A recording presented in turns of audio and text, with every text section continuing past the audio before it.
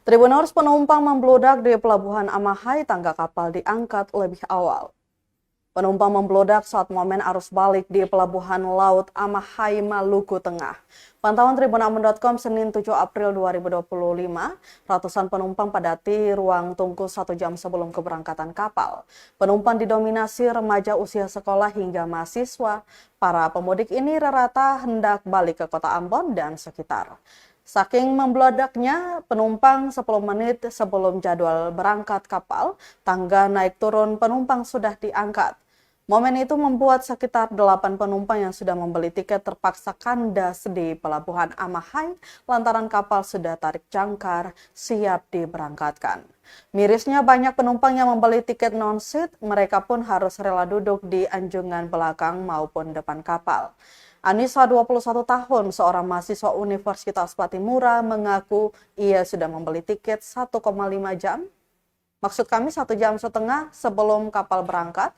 Walau begitu, kata dia, calon penumpang sudah berdesak-desakan membeli tiket.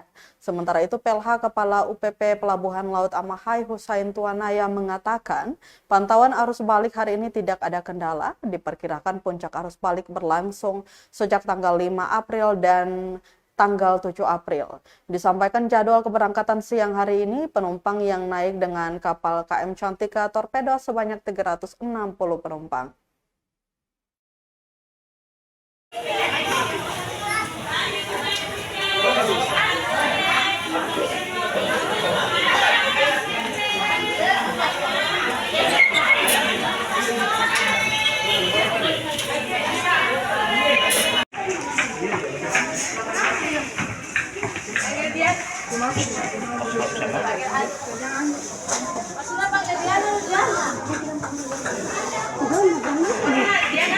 Kosnya di samping tuh bisa.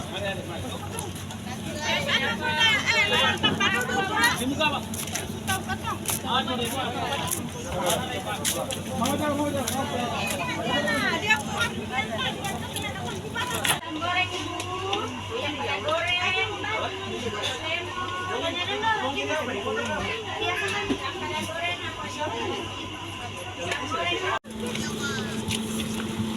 Oke, Sir. Hana aku aja.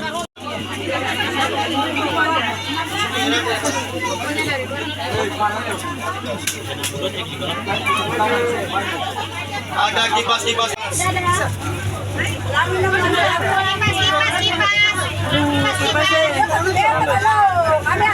Sudah pakai teman.